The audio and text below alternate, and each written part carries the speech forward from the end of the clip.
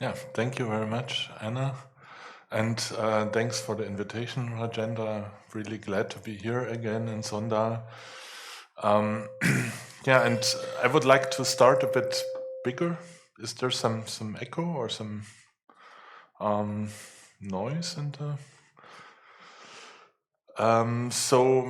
and I think like if you look at computing and IT, it's a history basically of becoming more intuitive and more natural, right? So in the 1940s, one of the first computers here, the SUSE Z3, you had to physically interact with the hardware.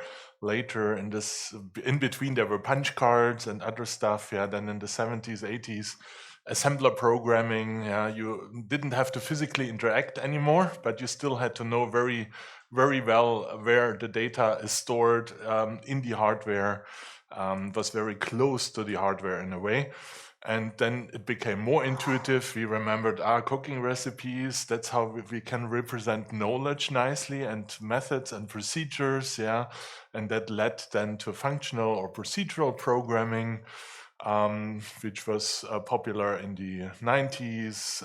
And then even that resulted often in spaghetti code. Yeah. So long functions, mixed, mingled, hard to maintain.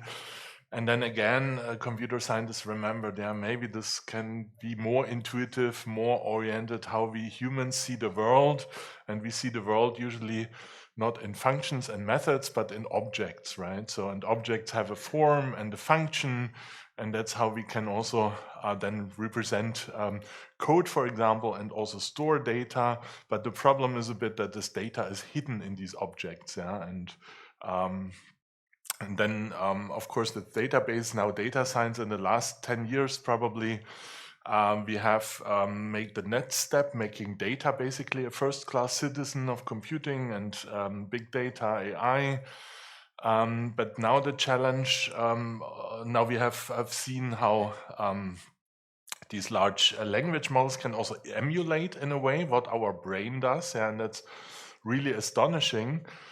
But if we look at that, and I just already mentioned that yesterday also in the panel, like both the human brain as well as machine learning, deep learning, they tend to hallucinate and make also mistakes. Yeah, not and we can also not really introspect. We cannot look into the brain and see what's going on, and we cannot really see what's going on in a neural network. And that's the design of it. So it will also not be possible. Yeah, we talk a lot about transparency and of AI and explainability, but I think it will not, just with neural networks and machine learning, you cannot integrate it because it's part of the design. So inside that, yeah.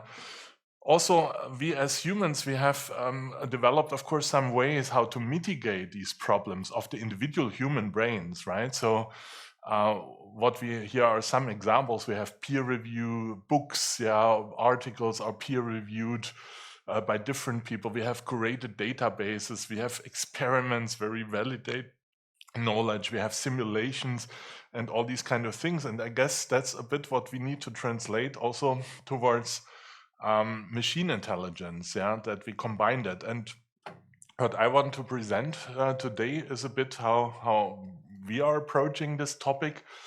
And one idea is to couple also, of course, human intelligence with machine intelligence. But in order to do that, using knowledge graphs, and I think we need even something more than just plain knowledge graphs, but something like cognitive knowledge graphs. I will say in a minute what not knowledge graphs are for those of you who haven't heard about it. I think many have already. Um, and these concepts are actually called like one is neurosymbolic AI. That's the combination of these neural AI, basically based on deep neural networks. Yeah, combining that with symbolic representations. And symbolic representations, that's a knowledge graph. We basically have represented the knowledge in a readable form. Yeah, that's symbolic. And then the other big topic is hybrid AI, where we combine these kind of neurosymbolic AI with human intelligence. And I think this is also very important to basically emulate this peer review function in a way, right? But this doesn't really scale if you do that. If you ask a large language model for something, you get an answer, then you peer review it, right? So, but you need a mechanism to store these peer reviews, to store this curated knowledge, and that's what I see that these cognitive knowledge graphs can be used for. So, what is a knowledge graph? Typically, it's like a fabric of concept, class, property, relationships, entity descriptions. It uses knowledge representation formalism, so it differs, for example, from graph databases. Often this is a bit mixed up, yeah, but a graph database just stores a graph, but in order to come to a knowledge graph, you need this formal knowledge representation, you need identifiers. That's what you in the plain graph database don't have, but you can of course add it on top. Yeah. Also, it typically contains some kind of holistic knowledge, so it's not just focused on one particular use case and one type of data, but it covers many different domains, different sources, different levels of granularity, different types of instance data, combines open data with private or closed data, derived, aggregated. You can also then have the schema, the metadata, taxonomies, links, mappings, all inside the knowledge graph or linked to the knowledge graph. Yeah. And that's also a bit different from like traditional data management paradigms where you usually had the schema separated from the instance data, and here you have basically the data, but also the schema and the metadata basically in one formalism. So there are many companies, meanwhile, building such knowledge graphs. So here this slide is actually already 4 years old from Frank van Hamelen, who collected the logos of companies who publicly talked about their knowledge graph projects. I think next week or this week even, there is also the knowledge graph conference in New York, where there is a lot of presentations of companies about their knowledge graph projects. So it's really gaining traction, not as fast as I would have hoped. I think 10 years ago I was hoping it would be faster, but graph database and other things somehow gained a bit more traction. So now the question is also, how can we integrate knowledge graphs? And with machine learning, for example, and this is called new symbolic AI, actually Frank van Hamelen also created their a conceptual model with colleagues about describing patterns of such new symbolic AI, because there are many possibilities how to do that. I think there are 30 different patterns, and also colleagues in Vienna around Marta Szabó, they found like 400 or analyzed 450 papers and categorized them along these neurosymbolic AI. I think we also need to extend the concept of knowledge graphs and then also establish a real human-machine collaboration. I think that's also what we often sometimes lack a bit as computer scientists. We focus on fully automated things, but integrating humans in the loop is a big challenge. The good news in a way is that there are also like open alternatives to, for example, ChatGPT, right? So like 4 or 5 months ago, I was a bit depressed because I thought it's really depressing if there is one company having a monopoly, but meanwhile there is really competition in the open source area. And here this is just last week, this MPT model was released from Mosaic ML, a startup company from the Silicon Valley, but they really make their model also openly available as open source, even for commercial uses.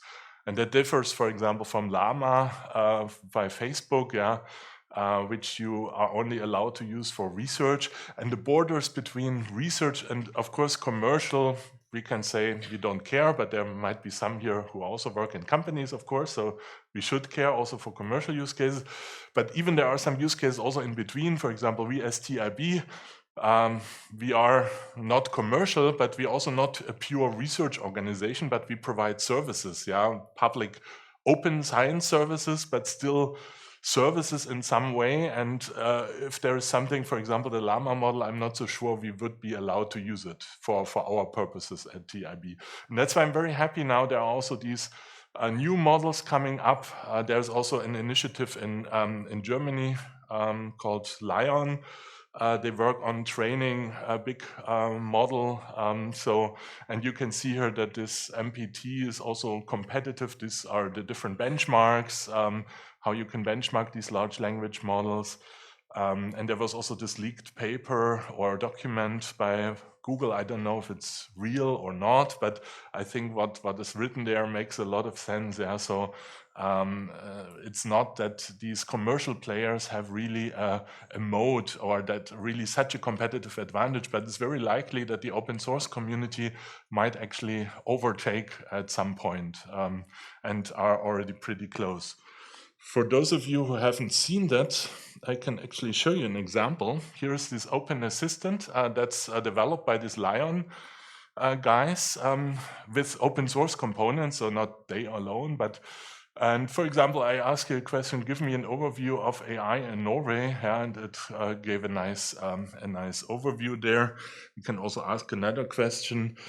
They, of course, currently still use this Llama model here on the right-hand side. You can see that. But you can play around with it, so it's open. And as I said, we are also working now with them and see if we can use our content for training also new models. But I would like to also show you one thing.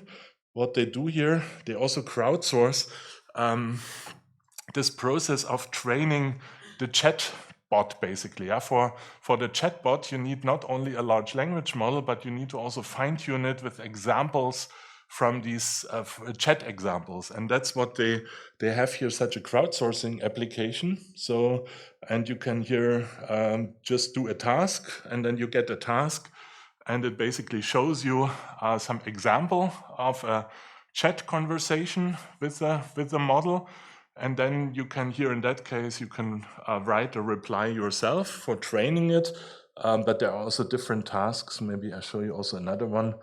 For example, classify assistant reply here. Basically, you get a reply, you read it, and then you assess the reply. Yeah, is it spam? Is it a good reply? Is it not English, because they focus here now on English, hate speech, sexual content, then the quality, the helpfulness. Is it ordinary or creative? Is it serious or humorous? Is it rude or polite, right? Violent and harmless. And by training, by creating these kind of training examples, they basically train the chatbot and fine-tune the model. So that's basically what OpenAI did. They got like billions of funding. They have, I guess, 1,000 people working on such things. But here's now an open source community, and everybody can participate. Hundreds of people already providing these kind of examples on Open Assistant. So here you see there are these tasks available. You can here also see down there the top contributors today. So there are lots of people basically helping. I did it also myself, training the chatbot basically. And that shows a bit the power of open source. And it's very likely, even if a few dozen or 100 people here collaborate, even if they just do a few of these kind of training examples, in the end they might create a similar, large training model like these commercial alternatives. And that's, I think, really good news for us as researchers, but also in general for society, that we have open alternatives and that we are not bound to only commercial players and monopolists in the end in that way.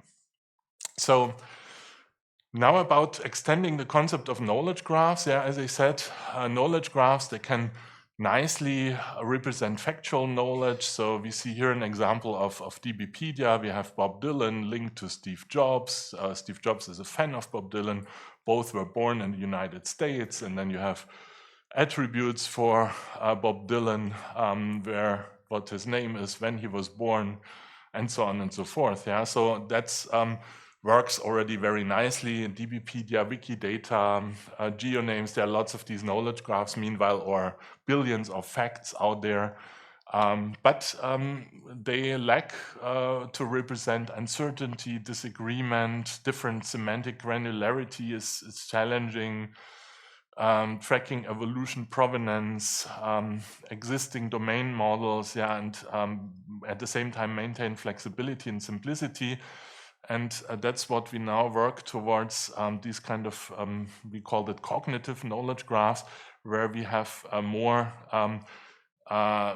represent where you don't have just entities and links between these entities and attributes, but you have typical patterns of knowledge. Yeah, different.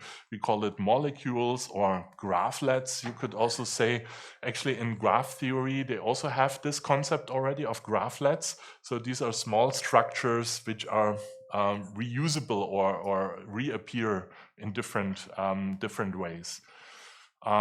Here's a bit of first attempt of a formal definition, but we don't have to maybe look at that here. But generally, the idea is that we have such building blocks for graphs. And I want to show you maybe two examples. One is a scholarly contribution, yeah, a contribution made in a paper. Many of you write scientific papers. And now, if we want to represent semantically what the paper is about, we need to describe the contribution of this paper. And that can be done in such a way here. For example, this is a specific type of contribution which is based on an hypothesis test, which uses as input some data set, has observations as part, and they again use some metric there as a result, and the confidence interval with the value and the unit and so on. Yeah, so this is just one example of a very specific type of contribution in data science, for example. Yeah.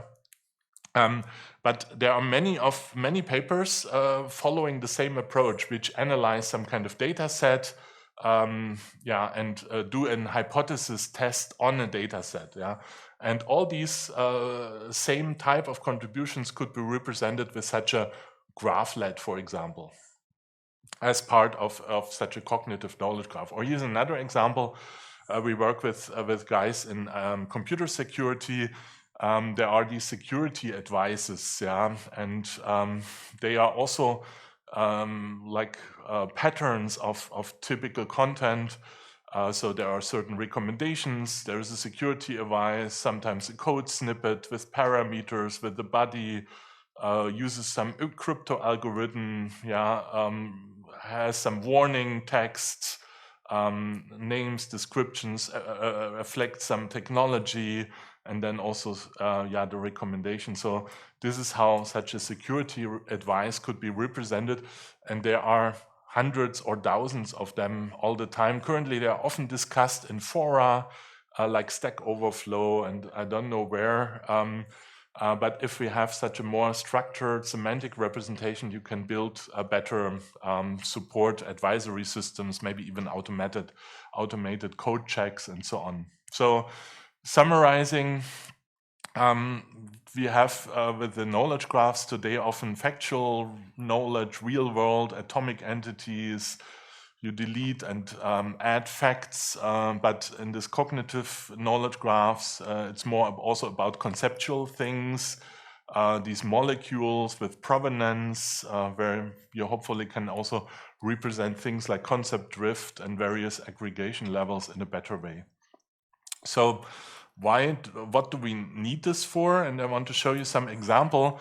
What we do with it at TIB, we want to represent scholarly knowledge. Yeah, and I think in research we have big problems. Like if we look at some other domains here, mail order catalogs, street maps, phone books, encyclopedias, they were completely disrupted. Yeah, so they completely changed. The industries changed. And no one of you would probably order something from a PDF of a mail order catalog, or use a PDF of a street map for navigating from A to B. But in research, we actually work like this. Yeah, we use in these domains, we now use e-commerce websites, we use navigation systems and maps. Or also Wikipedia as an example. It's not just a copy of the analog version of an encyclopedia, but it's a completely new way how to develop such an encyclopedia and the content there. So, and there are new possibilities, like you can zoom in the data, you have more dynamics, the business models change, there's more interlinking of data services, search, also crowdsourcing, data curation plays a really key role. Even in these commercial services, like Google Maps without reviews would be really dull, yeah, and the reviews help you to figure out which restaurants are good or which places to go, and and the same also with e-commerce websites. So this crowdsourcing aspect involving lots of people is a key in these services. But what about scholarly communication? Yeah, we still write the same papers. We now distribute them as PDFs, but as I said, this would be analogous to distributing a street map as a PDF or a mail order catalog. So I think we really need to do something about it, and we have a lot of problems there: reproducibility crisis, proliferation of publications. There are actually 3 million publications appearing every year, and it's really extremely difficult to keep up. You have to really choose your weapons very well to keep up with the flood of these publications nowadays, and it causes depression with PhD students. I just lost one a few weeks ago. He was like overwhelmed by all these publications, right? And I tried to help him, but there sometimes yeah, it doesn't help. So I think we need to organize it better. Peer review also doesn't work very well, because peer reviewers, yeah, don't really, often they get shorter, they don't have the time, but so we need, and it's not, of course, you cannot blame the peer reviewers, but we use the wrong representation, right? We give them something which is difficult to digest for them. So we need to present it in a better way, from my perspective. Also, information is hidden in the text. It's difficult to integrate different research results together. The unstructured content is hard to process.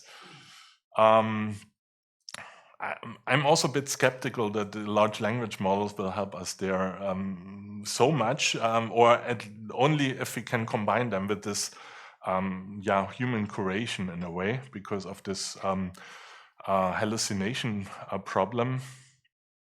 And often scientists look for the needle in the haystack, right? So, and yeah, here's some example. This is actually also already 4 years old. Meanwhile, I think you find 1 million papers about the CRISPR genome editing method on Google Scholar.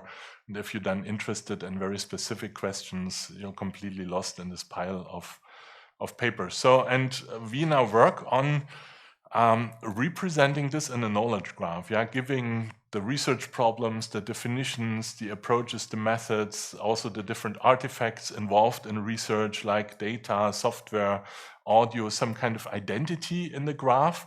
And of course, also these domain-specific concepts, right, which differ a lot between different disciplines. Even within a discipline, in different subfields, it can be extremely different what kind of entities and relationships types play a role there. Yeah. So, and that's what we do with the Open Research Knowledge Graph. And let me show you this maybe a bit live, how it works, instead of just screenshots.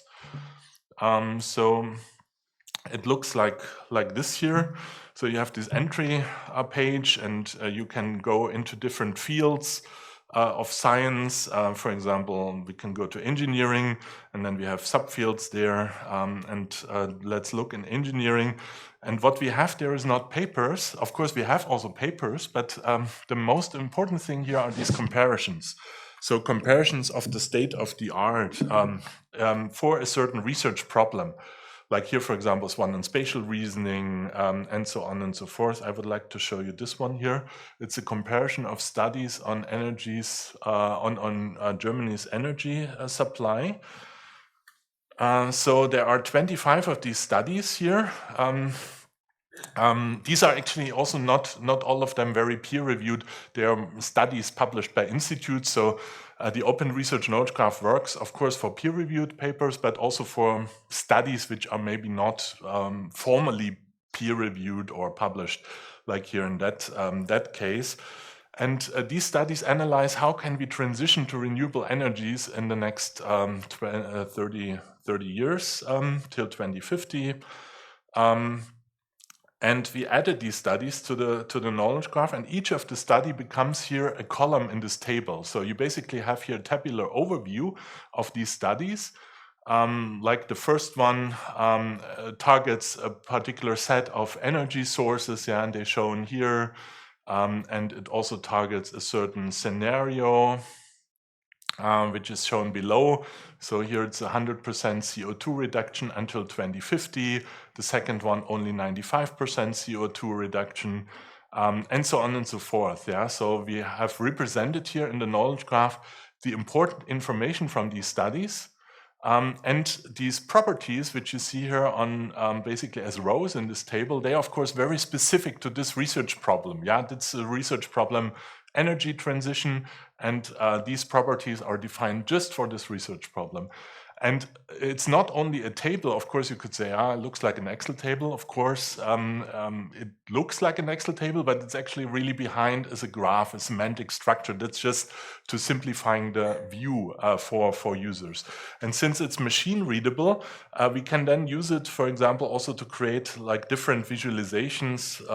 Like here in that case, the first one shows us the capacity we need, or the reported capacity which is installed for the different sources or needs to be installed to manage this transition to renewable energies. And then you get a condensed overview of this particular question. You can see here which study assumes what kind of capacity.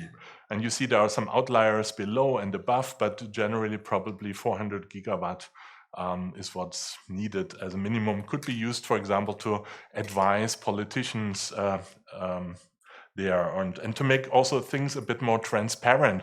You don't rely on one expert who has read all these 25 studies, but you can really, everybody can basically look at that and ask also questions. Yeah, for example, which of these studies are maybe published by renowned organizations, which are peer-reviewed, and you can also work on commenting and discussing things here. So there are many possibilities, and the idea is also, maybe I show you also how it's edited actually. So let's look at one of these studies. If we click on it, and I need to, here you see also the discussion there. And in order to edit things, I need to be signed in. We of course work also in automated techniques, but so far we were not so successful in automatically creating this kind of knowledge, because it's really challenging. Creating some kind of topic nets for publications is easy, yeah, taking millions of publications and then saying here there are certain topics and trends in these, that's easy. But describing what's the research problem and what are is the state of the art, what we have here, these tabular comparisons, that's really hard. We work on that, and hopefully we can automatize that more, but I think we always need the human in the loop. I will also show you maybe some examples on that, but here you basically have a representation. So we have the study and the metadata here. Then we have the contribution. There can be different contributions. And we have then the energy sources. If I click on edit here, then I can actually edit all the things. So I could now, for example, also here change the label for this contribution or add further contributions with the plus sign here. This first contribution is about the energy transition. Then I have the energy sources here, and I can edit everything in the scenario. I can add more properties. Let's maybe add a property. And while I start typing, it searches in the background what's already defined in the graph, and not only in the graph itself, but also in other knowledge graphs. So we have the ORKG itself, but also Wikidata, GeoNames. I can select a property or create a new one if I want, yeah? So you're not bound to an ontology, but you can on the fly create also new properties and new instances and new classes. That's very important, I think, because otherwise, if users have to ask, can you create this class for me and this property, no one will be in. Already now we have difficulties getting people on board, but so we need to make it as simple as possible. And once I selected something, did I here? Then I can also add a value for this property. And I guess Songdal is not here. Maybe I search for, it might be actually.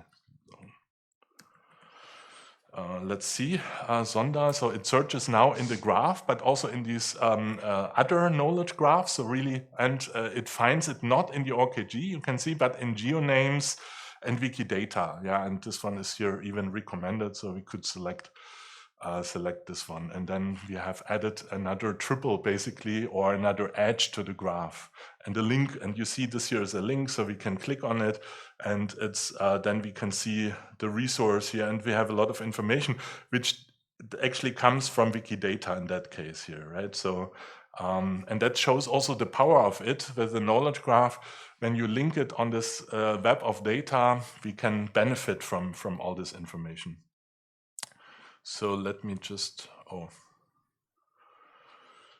delete maybe this triple again. What I also wanted to show you is this provenance. So on the right-hand side here, we have basically where this comes from and the timeline of changes, when what was changed. And now I wanted to just remove this one again here. Good, so that's maybe about the Open Research Knowledge Graph or this part, and I wanted to show you some examples how we also integrated this human AI collaboration. So we of course use NLP, but often you need different NLP techniques, and then the error propagates, and in the end you have relatively low precision or recall. That's why they are often not sufficiently accurate. And we have developed different methods for intertwining manual, machine, and humans there, like machine in the loop and human in the loop approaches. For example, when you add a paper, basically, that's here, you can give it a DOI, it automatically retrieves the metadata, you don't have to do this manually. It also suggests the research field, and suggests basically research problems already by analyzing the content. Also allows you then to annotate the abstract of the paper with, for example, things like material, data, methods. Supporting basically the creation of the structured content. And you can try this yourself. Similarly functions the paper annotator, so this doesn't work only on the metadata, the title and the abstract, but on the full paper, but similar things. Yeah, you can select and you get suggestions, sentences are highlighted, you get recommendations, what type of contributions this could be, what kind of fact triples basically could be added to the graph, and that's also available there. So in there, the human takes the loop. Now I want to also show you something which is where the machine basically has a bit the lead, and that's called Tiny Genius. And there the idea is to first process large quantities of content and then create simple tasks for the user to validate. Yeah, and they can then, with such simple questions, basically validate statements which were generated by NLP. And we have there different tasks like summarizing papers, entity linking, open information extraction, also topic modeling. And then by just asking people these simple questions, basically they can contribute and help validating these automatically generated content. And the content which has a lot of agreement with these human users is then shown, while the other statements are maybe hidden where users disagree that this is useful.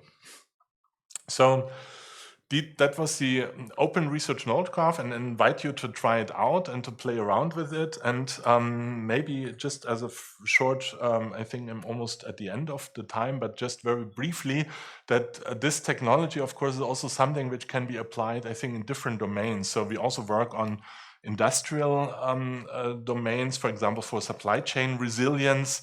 There we have seen this first in the pandemic, now with the war and the sanctions, that supply chain resilience really crucial. And traditionally, like data problems, and that supply chain resilience is in a way a data problem. You need to know where are your suppliers, who are the suppliers of your suppliers, where are they from, what disruptions could potentially be there, how is the weather in certain regions, what catastrophes are going on. So it's a big data integration problem. Traditionally, they were solved like by ETL processes, and now we use this like knowledge graph paradigm by creating a knowledge graph, by linking different data sources to it, and then you can create different applications, for example, for the supply chain resilience. And Essenza is the spin-off company which we have founded 10 years ago, which has developed a comprehensive stack of tools. And together with them and also a lot of other partners, we worked here in this Koipu project about supply chain resilience. Just want to show you some screenshots of the dashboards we created there with data from Lidl, like a large, I guess most of you know it, a large retailer. And they have actually opened their data, which is very interesting and nice. But you can use it also, of course, with private data. And then you have here product groups linked to regions. Yeah, you can see for example, here hardware or non-food comes primarily from China, only a relatively small amount, or also a large amount, but of percentage in China, small amount of food and so on. You can basically track that. You have then the regions on the map. You have risk alerts also, which are integrated there. And you can basically see what kind of impact that might have on your on the supply chains. Yeah. So here we have the risks like earthquakes, for example, and then the regions and potential suppliers which might be affected. You can analyze if you have alternative suppliers for that. And there are various dashboards basically on this integrated data from many different sources. So also logistics chain, so that you not only have the direct suppliers, but also their suppliers then integrated. And that's often also a big challenge. And that shows that really semantic technologies are needed in that case to represent that. You cannot just do that with PDF forms you send to your suppliers. Yeah. And then also like different risk groups by products, for example. So there are a number of dashboards there we developed in this Koipu project. Yeah, so what are the grand challenges? I think this combination of knowledge graphs and machine learning as neurosymbolic AI is still a big challenge, and even got more prevalent also with these developments around large language models. Extending the concept of knowledge graphs, I think we need there to represent these highly structured types of content, not just simple encyclopedic facts. And then also the integration of human and machine intelligence, like this hybrid AI. I think that's also often something, if you really want to realize a lasting, sustainable knowledge graph solution. So that's what I see are the main challenges. Of course, there are many people at TIB involved in developing the open research knowledge graph, but also the contributions to the Koipu project, for example. And thank you very much for your attention.